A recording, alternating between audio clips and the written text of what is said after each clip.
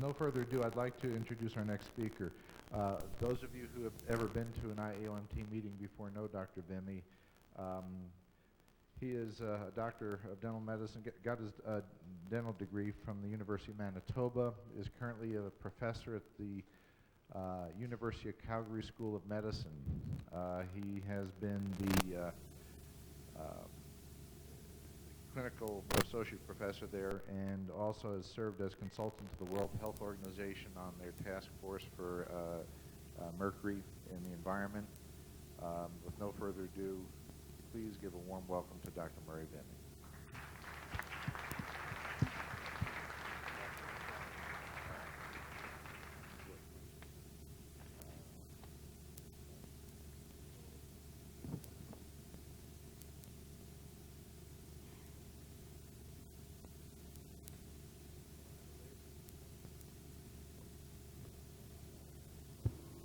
That's okay.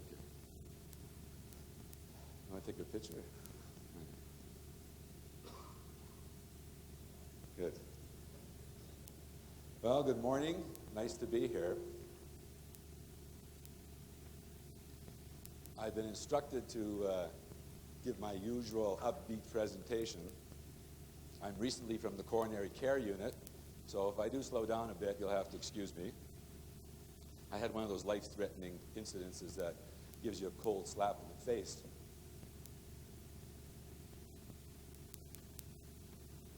You have the slides, please? Are they on?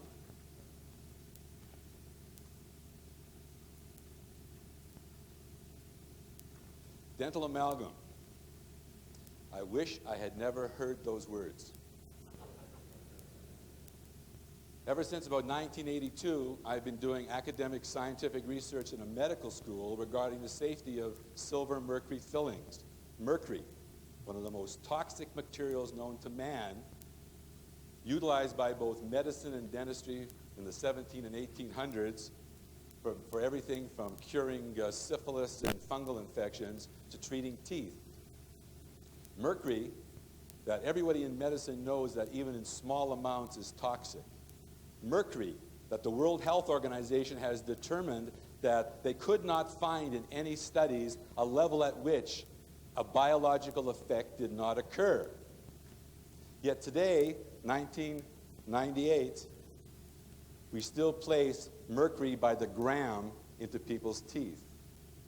We're still told by the American Dental Association that once you mix mercury with silver, tin, copper, and zinc, the toxic properties are made harmless.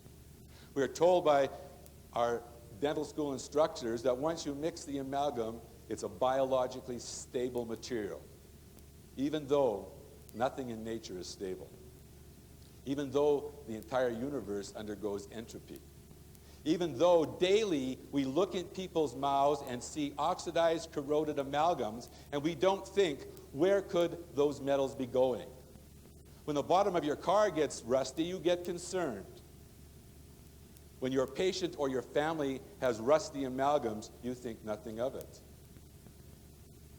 You don't have to be a genius. That's the title of my presentation. You don't have to be a genius to understand that there are potentially serious consequences to the use of this material. Back in 1984, there was no evidence that mercury was released in significant quantities from dental fillings. There was no evidence that it was absorbed into body tissues in animal or human models. There was no evidence that it altered cell function. And there was no evidence that it caused pathophysiological changes. The evidence did not exist. Yet from 1812 until 1984, dental amalgam was used in dentistry as the #1 material of choice because it was user-friendly, durable, inexpensive. And it beat the alternative, which prior to that time was molten lead. Believe it or not, they used to pour molten lead into teeth. And boy, wouldn't you like to have been an endodontist back then? Am I going the wrong way?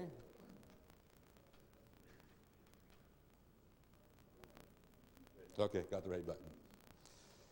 This is where I like to start. Let's start at home. We are told by the American Dental Association and a number of dental experts that dental personnel who are exposed to larger amounts of mercury are healthy.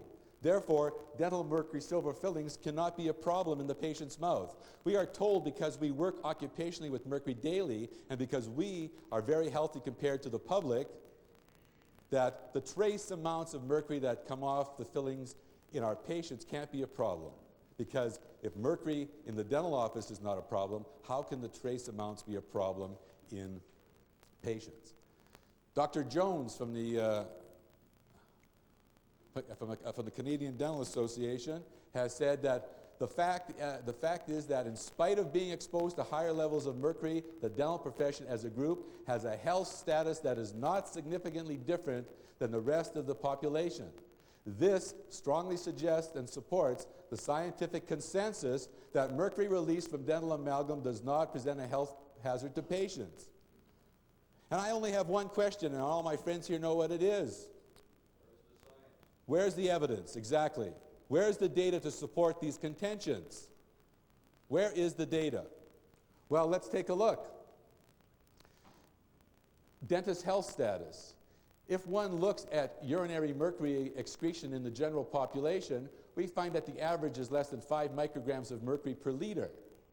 The CDC and the people in environmental and occupational health consider anything less than 20 micrograms to be normal. If you're above or equal to 30 micrograms, you're considered to have abnormal excretion of mercury. And urinary excretions greater than 35 micrograms per liter, you would probably have overt kidney dysfunction. Those are the standards. Let's take CDC standards. Let's not take some standard promulgated by some dental personnel working for the American Dental Association. The ADA did a study. Nalway did this study, and it was published in JADA back in 1985, and they looked at 4,272 dentists from around the United States who attended a dental convention and who also had sent in urinary samples of mercury to the ADA. They found that the mean range in the population was 14.2. Remember, the mean for the population was 5. They found that the range was from 0 to 556. 556 is a lot higher than 35. So some dentists were having some toxic effects. GPs had an average of 15.3 micrograms of mercury per liter, and orthodontists who don't use amalgam had 3.9, very close to the mean for the normal population. So what does that tell you? It tells you that those of us that do prosthetic type dentistry where we replace amalgams, put in amalgams, are at greater risk than our colleagues in orthodontics and the general population. What the ADA didn't tell you in their study, because they concluded that everything was fine, they didn't tell you that of these 4,200 patients or dentists that they looked at, 19% of them had urinary levels greater than 20 micrograms, which is considered abnormal. Almost 11% had urinary mercury levels greater than 30, which the CDC says is the absolute maximum that you would allow before not undergoing treatment. 5% of them had urinary levels greater than 50 micrograms, which would show definite kidney dysfunction and may cause tremor. And 1.3% had urinary mercury levels greater than 100 micrograms per liter, which means they had definitely kidney dysfunction and overt tremor. In other words, 29,000 dentists in the United States back in 1985, considering there might be about 120 dentists at that time, are at risk of mercury toxicity. Some of them had kidney disease, some of them had tremors and were shaking, but we're healthier than the general population. But when I took philosophy and I took logic, if a premise is false, the argument is false.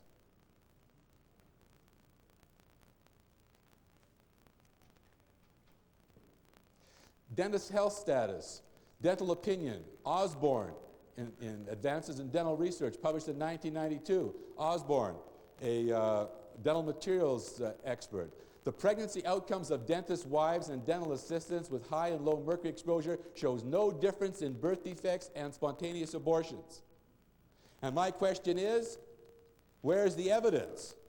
Nice opinion, where's the evidence? You know, if you can measure it, it's fact. If you can't, it's opinion. Well, let's take a look. I don't know, I sit down in front of the same computer as Dr. Osborne does, and I run a Medline search, and I don't come up with the same findings that he does. I come up with the findings that go all the way back to 1967, long before he printed his review paper, showing that female dentists and dental personnel have greater spontaneous abortion and greater breast pathology than the general population. We find studies in 1981 at a conference that show female dentists have greater spontaneous abortion and in first-term pregnancies and greater perinatal mortality than the general population. We find an epidemiological study done in the United Kingdom in 1982 that shows female dentists have a greater abortion rate, spontaneous abortion, premature labor, and perinatal mortality than the general population. We find studies in 1987 showing that female dentists and dental personnel have higher levels of mercury in their hair, higher reproductive failures, greater menstruational cycle disorders than the general population. And more recently, the American government did a study showing that, by Rowland, showing that female assistants had a decreased fecundity, ability to get pregnant, if they placed greater than 30 amalgams per week. Yet you're told by your dental colleagues in dental schools and in the ADA that you are healthier, dental assistants and female dentists, than the general population. You are told in a review paper by Osborne and so-called experts that female dentists and wives of dentists don't have problems around the birth cycles. You don't have to be a genius. You just have to sit down in front of your computer. If I can find these studies, I ask the question why Dr. Osborne could make that statement, which is fallacious, publish it in a peer-reviewed journal, and nobody's questioning. And they say that dentists who don't believe amalgams are safe are in the lunatic fringe.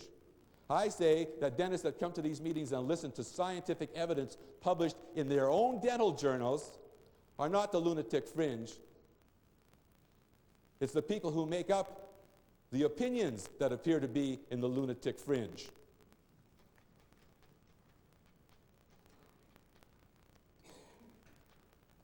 We are told by Michigan, who's the editor of JADA, in his views column, that, and while mercury blood and urine levels in dentists are 4 times higher than those of the average population, well, that's a true statement, there is no documentation of higher incidence of neurologic disease. And my question to him is, show me your evidence. Don't write an editorial unless you know what you're talking about. Well, let's take a look. I do a computer search, and I go back, and what do we find? We find studies going all the way back to 1976 that show that there's medical evidence that dentists suffer neurological and neurophysiological disorders due to mercury. The conclusion of the papers was that it was due to mercury. A number of studies. I mean, why bore you with data when you're not even correct on the facts? You don't have to be a genius. What smells bad here? What smells bad here? This is the big lie.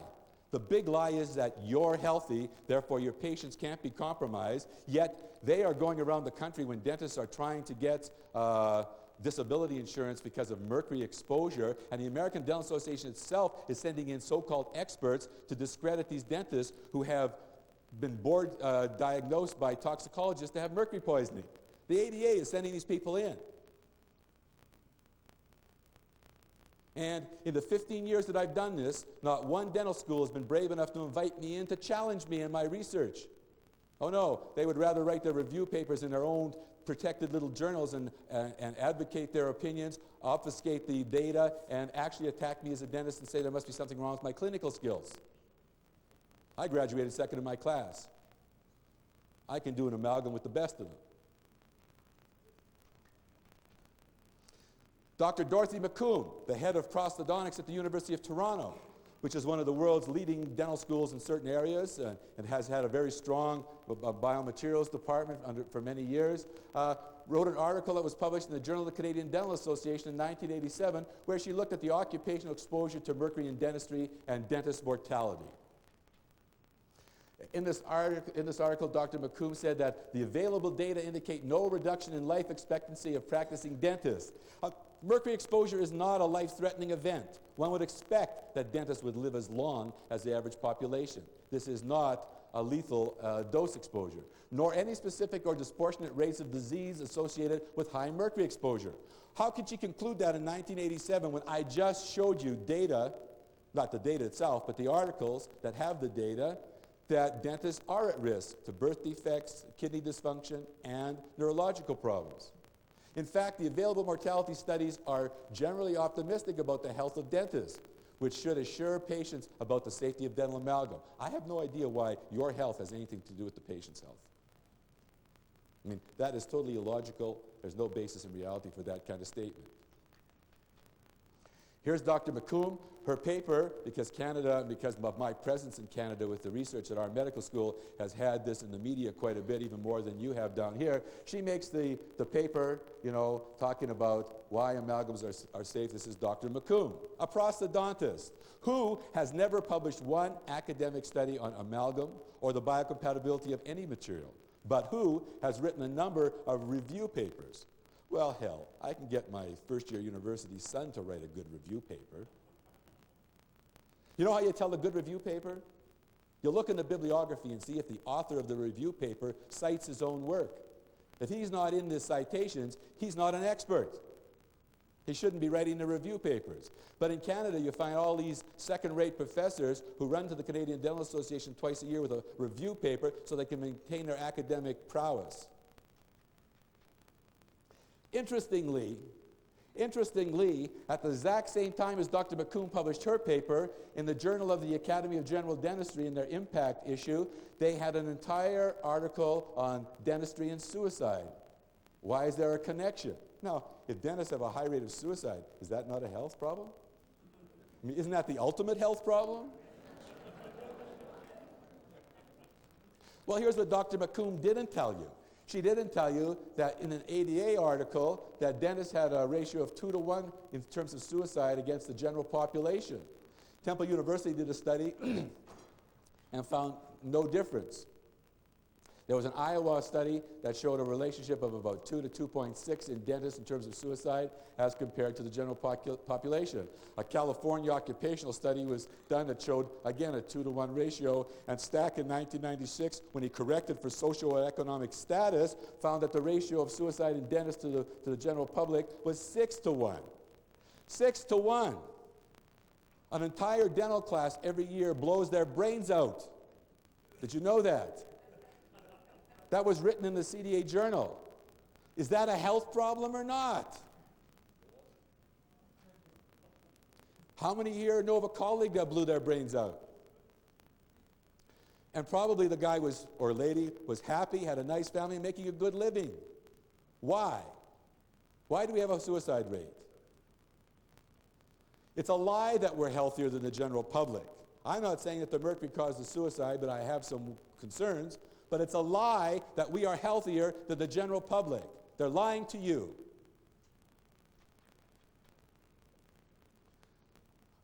Other studies show that white males have twice the suicide rate than non-whites, that males have a suicide rate 4 times greater than females, and single, divorced, and widowed people were greater in terms of suicide than other people. Those are the facts. Those are the facts. Well, in an article in the Journal of the Canadian Dental Association, there was a CDSPI report, which is the Canadian Dental Service Plan Incorporated, which is the group in Canada that supplies malpractice insurance and health insurance to dentists. They showed that dentists have a high suicide rate, almost double the other professionals. That 20% of the dentists at any time are on long-term disability. How can you be healthy if 20% of us are on long-term disability? I mean, I had my bypass surgery. I was on 2 months disability, long-term disability. And that the common symptoms in these people is anxiety and depression, increased alcohol consumption, fatigue, problems with insomnia, ulcers, and with their heart. And they said that it's probably due to stress. Being a brain surgeon is stressful. Being a cardiac surgeon that works on me is stressful. Being an air traffic controller is stressful. Being a dentist is not stressful. Not enough to want to blow your brains out. I'm sorry. Something else is going on under here. They're not telling us everything. Interestingly enough, why would dentists have greater alcohol consumption than the rest of the population? Well, studies in rats done by Berlin in Sweden were such. They took a group of rats and they ran them down a maze, and at the very end they had water or alcohol. And the rats chose water for the most part. Then they exposed the rats to mercury vapor. And they ran them down the maze, and they had a choice between water and alcohol. What did the rats choose? Alcohol. And what they found is that alcohol has a mitigating effect on the symptoms of the central nervous system. This is why I think, and this is just a hypothesis, that almost by accident, dentists find that after a hard day of removing and placing amalgams, when they go home and have a martini, they feel better. They're not as fatigued, they don't have that irritability, they're not angry, they're not flushing, they're not tremoring. Yet you're healthy, aren't you? You don't have any birth defects or problems giving birth or getting pregnant, do you? You don't have any kidney effects. There's no evidence, is there? You're not shooting holes through your brain on a regular basis so that there's a problem, are you? And 20% of you aren't on long-term disability, right? Wrong. Wrong, wrong, wrong, and I get angry. Because if they're prepared to lie to us, why would we think they're going to tell us the truth about lower levels of mercury exposure in our patients? If they are prepared to send experts to make sure dentists can't even get disability claims because they want to protect themselves on the amalgam issue, why do you think they're going to tell the patients the truth? The big lie is they don't even care about you. You don't have to be a genius, do you? All you have to do is sit in front of a computer and look up the data, read the papers, and be a person of moderate intelligence, and you can be a scientist. The real trick is to ask the right question. Well, in the Guide to Dental Materials and Devices, back in 1970, they say that mercury gives off small amounts of vapor under normal atmospheric conditions, but this vapor stops as soon as the mercury becomes coated with saliva. Oh, really? So in other words, you put the amalgams in, a little saliva coats it, and the mercury stops coming off. I mean, this is an ADA publication, okay? So where's the evidence? That's my question. Well, that's when I started to get involved. After Dr. Savare from the University of Iowa passed away, I got involved and started to replicate some of his work. So we took human subjects. We took 3 groups. One group that had no amalgams, one group that had 4 or fewer amalgams, and one group that had 12 or more amalgams. And what we did is they wouldn't eat, chew, or drink for an hour before they came in. We would take an intraoral air mercury vapor sampling. We'd give them some sugarless gum to chew. They'd chew it for 10 minutes, or 5 minutes. We then have them spit the gum out, swallow. We'd take another sample of air, give them a new piece of gum, and they'd chew again and again and again and again and again. And then at 30 minutes, they stopped chewing, but every 5 minutes, we'd go back in and take a vapor reading. Well, here's what we found. We found the people that had no amalgams had no mercury. You don't have to be a genius to figure that out. All right? The people that had 4 or fewer amalgams showed a rapid rise, followed by a plateau that slowly dropped back down. But even after 60 minutes, there was still significant mercury compared to the pre-chewing level. And in the people with 12 or more occlusally involved amalgams, there was a rapid rise and plateau, followed by a curvilinear drop that took up to 60 minutes. And if you extrapolated that curve out, it would take greater than 90 minutes to get back to baseline. So your patients and my patients are on a roller coaster. They eat breakfast. Boom, slowly drops off. They have a coffee break. Boom, slowly drops off. They have lunch. Boom, slowly drops off. And God forbid that they're gum chewers, because it goes up and stays up. God forbid that they have frequent meals because they're hypoglycemic, because it stays up the more you chew. The more you chew, the more you get. So if this was just my paper and it was poorly done, you know, if that were the case, which it wasn't, then fine. But there are like 12 papers now that replicated this work from various laboratories, including dental schools. So the first experimental question, does mercury fillings give off gas? Sure does. A lot of gas. A lot of odorless, colorless, tasteless mercury gas. And I'm a dentist, and I treat leaky fillings. Sometimes things leak into fillings, and sometimes things leak out of fillings. I'm more concerned about what leaks out than what leaks in. So here I am in our vivarium with a primate doing surgery, and of course I'm all gowned up, except this is bad that I'm not covered here, because these little guys have viruses that you don't want to know about. Putting in amalgam fillings. Dr. Phillips, in his textbook from Skinner and Phillips, said that, however, the possibility of toxic reactions to the patient from these traces of mercury is most remote. Well, thank you, Dr. Phillips, materials engineer. Where's your data? Where's your pathological, toxicological, physiologic data that there's no problem? Well, take a look. Let's take a look at the dental issues. And our previous speaker is going to find this interesting. I just did a computer search going back to 1957, and I used also some material from Dr. Ziff that he discovered. And if you go back all the way to 1957 and look up to 1984, so there's even more stuff that I don't have, in JADA they say that materials used in restorative dentistry may be a contributing factor to gingival disease. That amalgam leads to chronic inflammation of the gingiva in the Journal of Prosthetic Dentistry. That amalgam correlates with gingival disease, not on the contralateral amalgam-free sites in the Canadian Dental Journal. In the Journal of Periodontology, that previous study was confirmed by Trott and Chirac, that erythema around amalgams is much, much greater than in controls without amalgams, again in Canadian Dental Journal. Again, in the Journal of Prosthetic Dentistry, 62.5% of amalgam sites have an inflammatory reaction. Inflammation of the gingiva is gingivitis. I don't care who you are, that's the definition. Frieden, in Odontological Review, showed that gingival biopsies at the control sites had 1 to 10 micrograms of mercury per gram, but the amalgam sites had from 19 to 380 micrograms of mercury per gram. 380 micrograms of mercury per gram of tissue.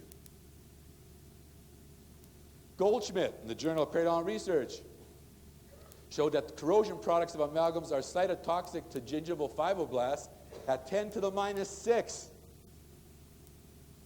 That's 6 zeros in front of the decimal, behind the decimal point. And Fisher, Journal of Oral Rehabilitation, showed that alveolar bone loss was greater at amalgam sites than control sites. So I say to you, does dental amalgam cause disease? And the answer is, on the first blush, just looking at dental-related diseases, yes. It causes gingivitis. And we all know that gingivitis can lead to periodontitis, don't we? No gingivitis, no periodontitis. If I can find this, why couldn't they? Why are they plunking amalgams in and then doing gingivectomies to move the mercury away from the gingiva? Which they did. Oral circumcision that went on for 25 years in North America.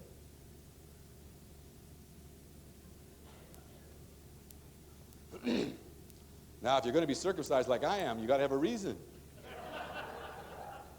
It's not easy being Jewish.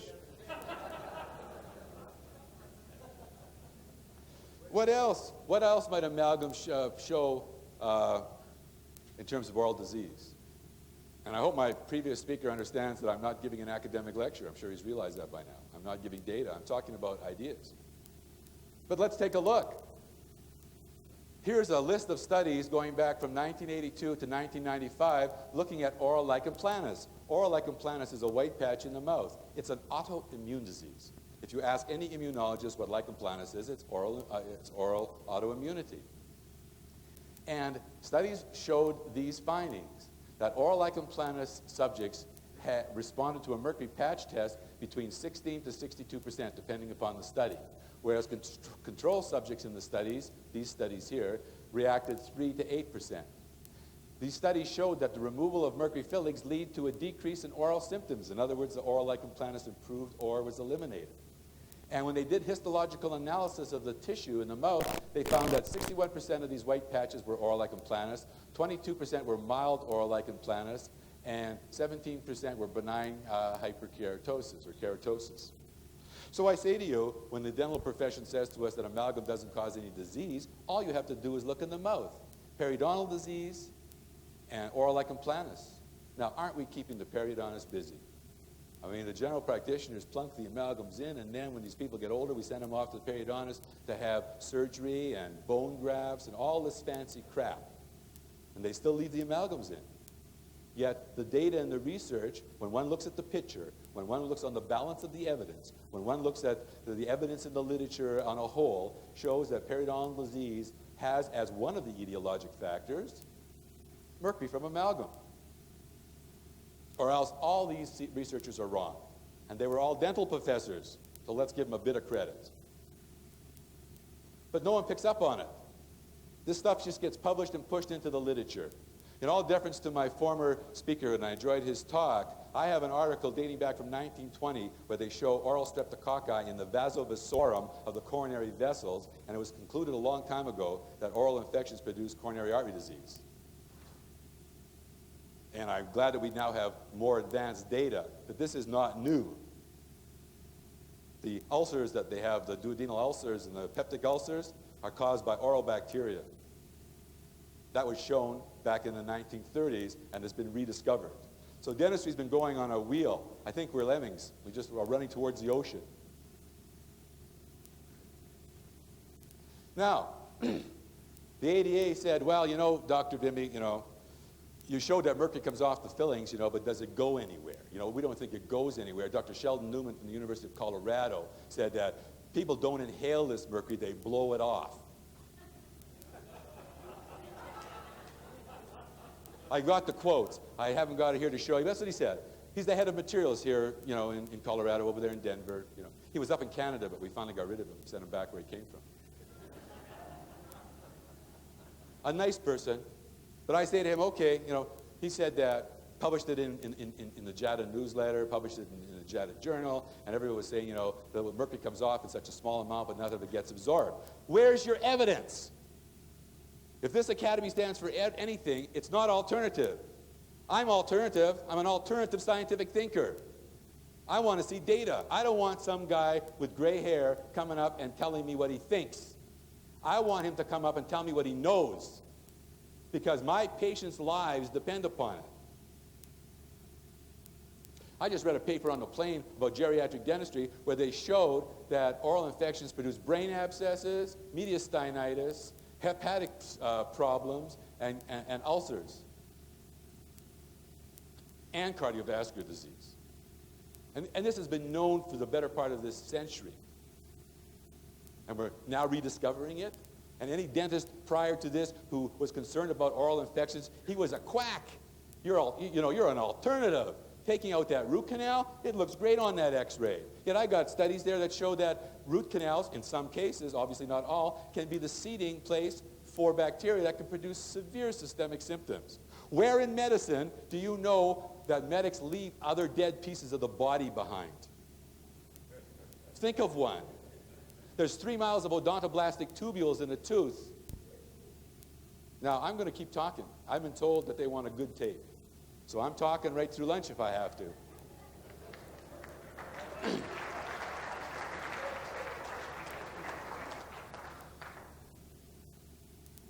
Periodontal disease. Where in God's name in medicine do they do surgery on infected sites?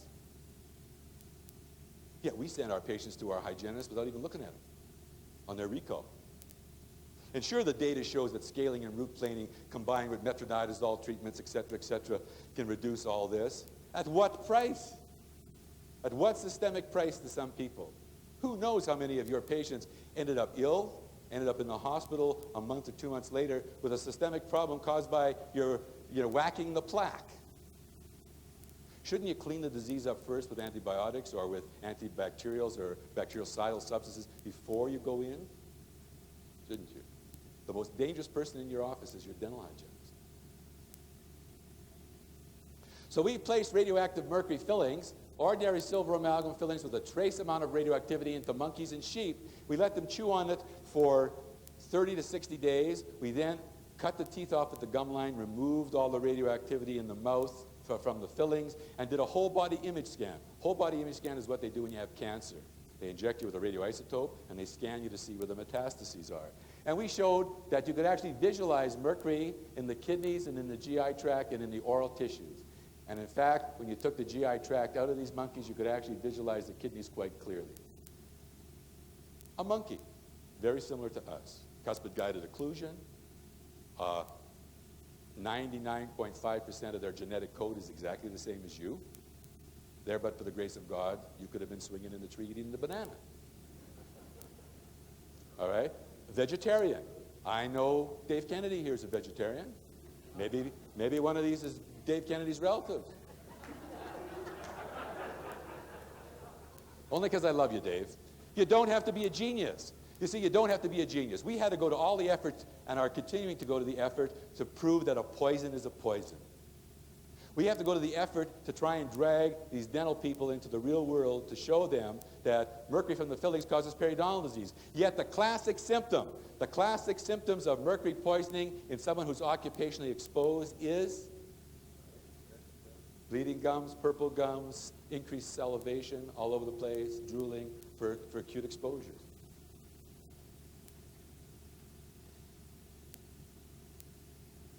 Okay, so the first two experimental questions are asked and answered. Does mercury come out? Yes, it does. Does it go anywhere? Yes, it does. The third question is, does it produce any pathophysiology? And I've shown you some. I've shown you the dental pathophysiology. And if you want a reason to remove an amalgam that looks serviceable, just look at the gingiva. Because I can guarantee you, if you did a biopsy of the gingiva, that you would find a high level of mercury in that tissue. Right? You don't have to go to all that effort, but you have scientific basis. You don't have to get involved in kidneys and livers and colons and all these other things to prove that amalgams have to come out. You can practice dental medicine, dentistry, or as I like to call it and hope to change it to, medical stomatology. Be a stomatologist, not an oral carpenter. All right, well, one of the things that we know besides what I've shown you is oral galvanism. What are the oral signs? Erosions or ulcers on the buccal mucosa, erosions or ulcers on the lingual mucosa, leukoplakic or keratotic white lesions, and oral lichen planus. Oral symptoms. There's a change in the taste, sometimes metallic, salty. There's an increase in saliva excretion and a foul breath with oral galvanism. What is galvanism? Electricity. You put metals into acid, it corrodes. Put amalgam into the mouth, the saliva is mildly acidic, they corrode. We know that, we see it, all right? There's an electrical burning sensation in the tongue. There's an occasional tooth shocks from a fork or a spoon, and there are tooth pains sometimes when the teeth are brought together. The gingiva bleed. There's itchy gums near the filling. There's a warm feeling in the gums near the filling or crown. The teeth are often sensitive to hot and cold, and there's sometimes a facial pain syndrome, headaches and dizziness. The systemic symptoms of oral galvanism are muscle or joint weakness, nervousness, indigestion, and weight loss. And lest you think I made this up, it was all published in the Journal of the American Dental Association in 1936 by physician dentists, people who were duly qualified, and has never been effectively challenged in the literature if they use the proper definitions that were given in the original papers. And so if you have a person that has recurrent mouth ulcers, you might start thinking about oral galvanism, electrical currents. But where there's electricity, there's destruction. Something is corroding. You have an anode and a cathode, and you have saliva. If you're getting burns in the mouth, as it were, something is breaking down. Well, it ain't going to be the gold. It's the amalgam. And what is the most biologically unstable material in the amalgam?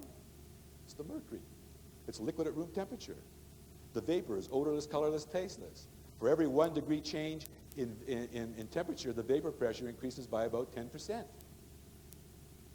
So chew, chew, chew. Eat on that gum. Grind, grind, grind. Brux, brux, brux. And see what happens to you. Well, research in the amalgam area has looked at the nervous system, and we're doing work now with Dr. Haley and his group and several other groups. The immune system has been looked at. Gastrointestinal bacteria was looked at by Dr. Summers. The renal system has been looked at by our group. Reproductive system has been looked at, as I've showed you. So research is ongoing. Medical research. Because the dentists don't even admit to their own research. This is the sad part. And very few dental professors want to come out to sit with us. And I'm grateful we have a very prestigious one here. There are alternative quacks out there, but we ain't them. Because we founded our academy on science. We take hundreds of thousands of dollars over the last 10 years in support research in bona fide medical schools and dental schools around the world, in the United States and Canada. And we present our evidence, and the best we get from the American Dental Association and its corporate sponsors is that amalgam is safe. Well, in a study in sheep that was done, all right, and let's be reasonable, sheep are a very, very sensitive model, but that's what you choose in medicine. You choose a sensitive model. We had one group of animals that had glass ionomer fillings placed and one group of animals that had amalgams placed. And prior to placement, the inulin clearance test, which is an indication of renal clearance, was done. And you can see that these overlap, the standard errors of the means overlap. So these could be said to come from the same population. But after chewing on the fillings for 30 days, you can see that the amalgam-treated sheep showed a 50% drop in kidney renal clearance, whereas the controlled animals didn't. And if one looked at these animals up to 60 days, now we didn't do it here because we had ended their experiment, it still maintained itself low, within the same statistically significant range. So at least in sheep, which is a sensitive model, the kidney's at risk. Those sheep lost 60% of their function. So we were criticized. Oh, we didn't feed our sheep, or we didn't give them enough water to drink. We starved them. Well, please, give me a break. We're talking about a medical school that has, as the head of the vivarium, a veterinarian, and there are hundreds and hundreds of people feeding these animals and weighing them daily and all this kind of stuff. Who do these people think they are? But that's the best they can do. They pump this stuff out in JADA and pretend that it's for real. Like someone's opinion should have the same weight as data.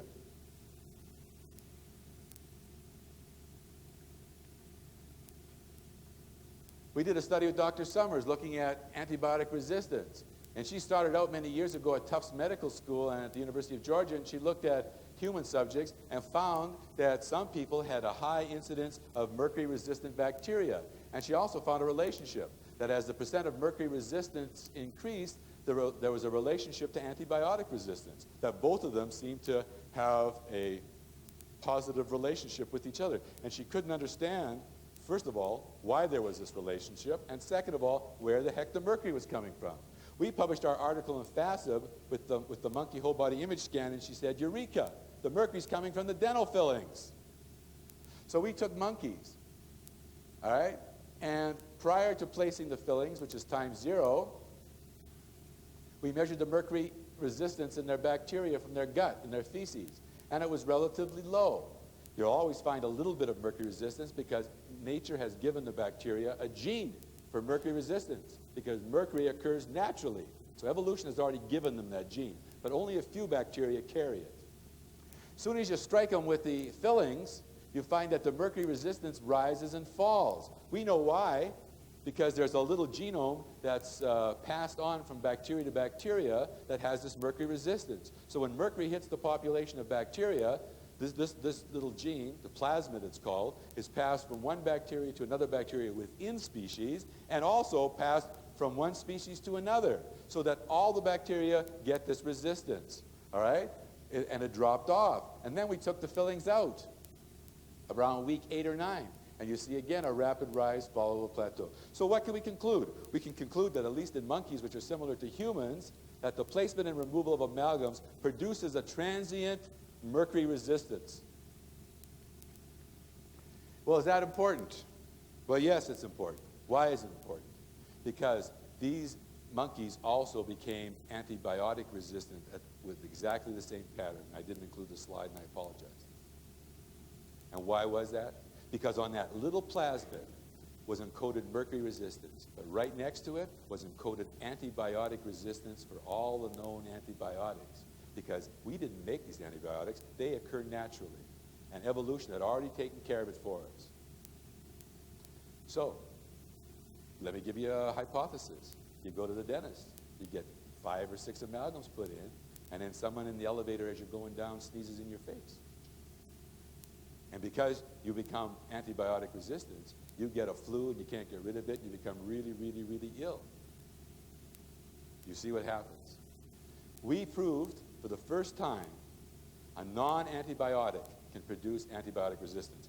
And for those of you who think that's not important, ask any bacteriologist. Antibiotic resistance is the biggest problem in medicine today, because we have all the diseases coming back, tuberculosis and a whole slew of diseases with bacteria that we have no known antibiotics to save us. And we're about this far from extinction as a species because the pharmacologists can't come up with drugs fast enough to account for it. Am I saying it's all caused by amalgam? No. But if mercury can cause it, maybe cadmium can cause it too. Maybe lead can cause it too. Maybe other things can cause it. Maybe there's a whole host of chemicals in our environment that can cause it. But at least we're part of the problem. We're certainly not part of the solution as long as we're placing and removing amalgams indiscriminately. The group at Kentucky, Marksbury's group, which is in the same institute, I believe, as Haley's group is, or was maybe, I don't know, looked at human brains and looked at Alzheimer's disease. They took 49 age-matched control brains, people who died not having Alzheimer's, and they had 52 Alzheimer's disease brains, people who died with Alzheimer's. These are the age groups, okay? And they did neutron activation analysis and examined all the different metals in the brain. And they looked at the hippocampus, the amygdala, and the nucleus basalis, which are well-known brain structures involved with memory. And they found that the only metal that was different between these two groups was mercury in the Alzheimer's disease brain. And it was highest in the areas of the brain, like the nucleus basalis and the amygdala, that have to do with memory. And they concluded that they weren't sure of the source. Perhaps it was dental amalgams, but perhaps it was seafood. But people in Kentucky aren't big seafood eaters. They're inland. They're cattle people. Am I right, Boyd? Give me a good hamburger. All right. Michael Ziff loves it down there, lots of beef. All right? Boyd and his group then went on and published an article in the FASIB journal, all right? In Annals of Neurology, and there was another article published in FASIB looking at tubulin. And Dr. Haley has identified the exact biochemical spot that the mercury hits. He did studies in rats where he fed some aluminum and some mercury. That was your study, right, Boyd? And he found that the aluminum didn't produce these tubulin defects, but the mercury did. Now, the World Health Organization Expert Committee on Mercury, of which I was a member in 1990, concluded that the largest single source of mercury exposure in the non-occupationally exposed population is dental amalgams. Let me repeat that. The largest single source of mercury exposure in the non-occupationally exposed population, in other words, the whole world except for dentists, all right, is amalgam fillings. And they showed a concern. But see, after 200 years of use, the damn stuff has been grandfathered in. And you can't drag your brain-dead colleagues to these meetings to hear the information because they're ready to blow their brains out. Either that or they're running to the washroom because they have kidney disease. I'm being facetious, of course. I shouldn't. But I get upset. I put 18 years in and 2 heart problems, and I'm getting nowhere because no one wants to listen. So I have a right to be upset.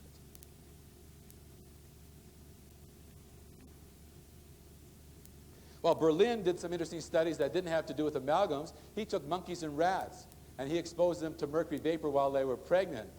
And he showed that in the monkeys there was a 60% incidence of abnormal pregnancy outcomes. Sound like the dental personnel? And he found that the brain mercury concentrated in both the neurons and the glial cells. And there was a high level of mercury in the nucleus basalis, exactly the same as what Dr. Haley found. When he did his rat study, and he exposed them prior to birth to the pups, he showed that it retarded the acquisition of spatial learning tasks. He couldn't run the newborn pups down the mazes. They couldn't learn properly. And the neonatal mercury exposure seemed to retard acquisition of spatial learning tasks. I think that's the same line twice.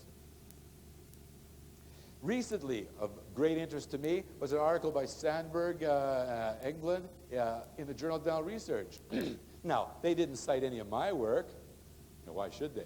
All right? But they went ahead and basically what all this says is that when you take the amalgams out of people, their blood mercury level and their urinary mercury shows a significant drop. And yep, I guess Vimy was right.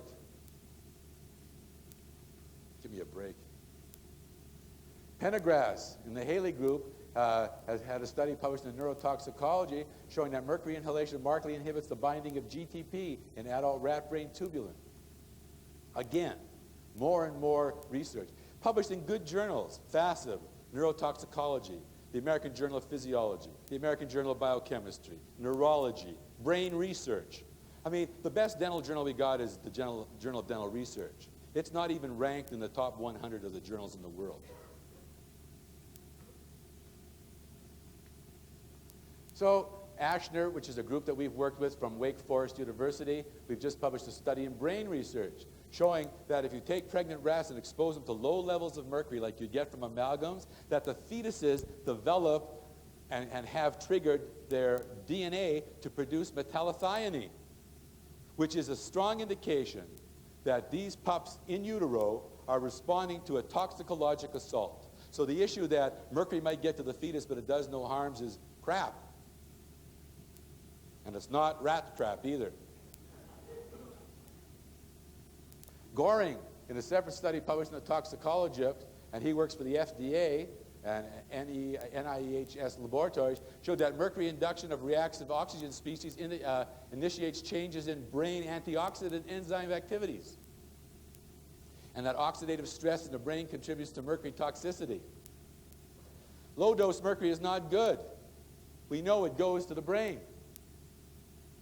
Dr. Aposhian, who we know very well and have had here a number of times from the University of Arizona, has shown that in dental personnel, even low exposures of mercury, lower than what some of our patients get from their amalgams, all right, he showed that it causes a change in a battery of psychomotor and neurobehavioral tests. Manual dexterity, hand steadiness, reaction time, and cognition were decreased. How would you like your dentist not to have good hand coordination? My prosthetic dentist, when I went through school, the people who taught me restorative dentistry, they all had this. And we had one little Ukrainian guy who, when asked, why do you shake? He says, Dr. Vimy, I shake, but I shake in the right direction.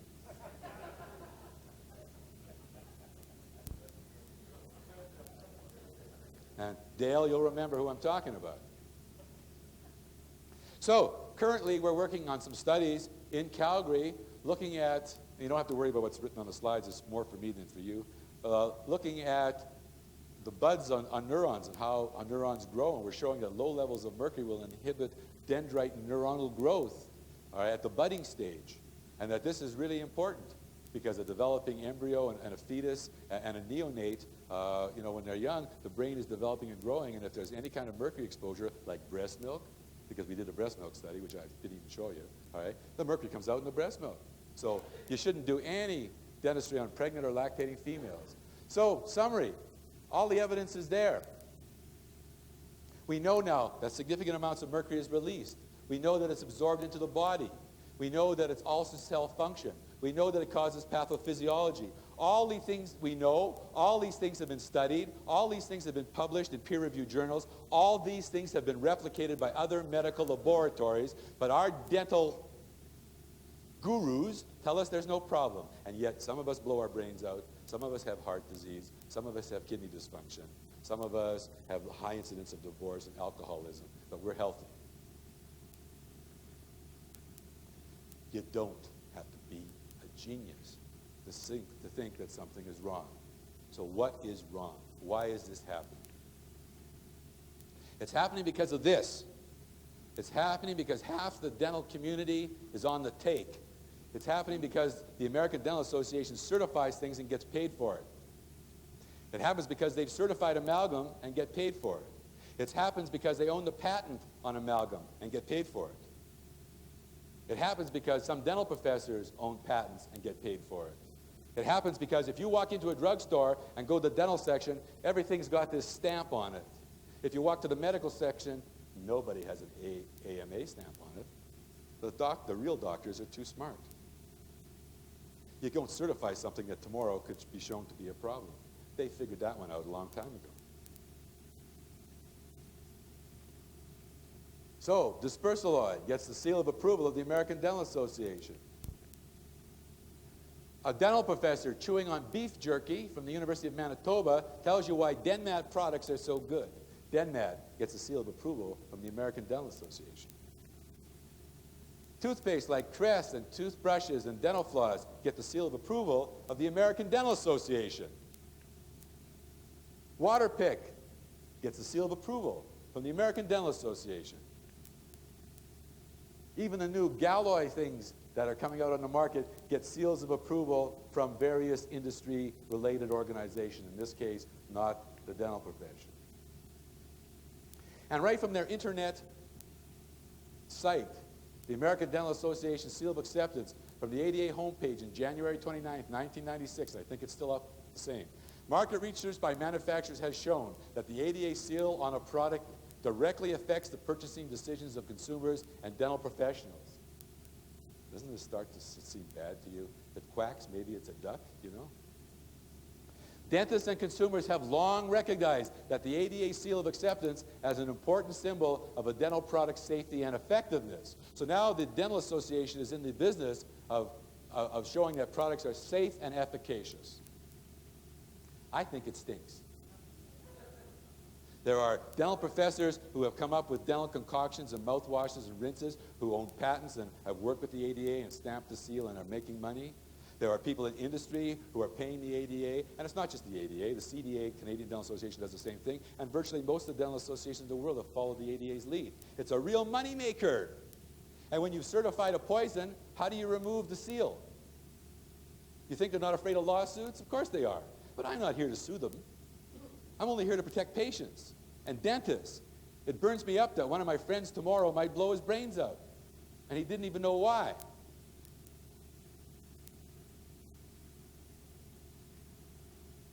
You don't have to be a genius. Thank you very much.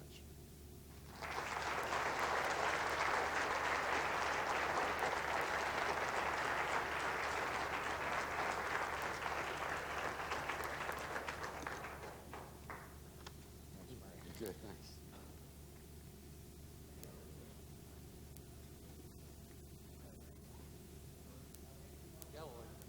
Yeah, now it's full. Yeah, it's up there in the podium.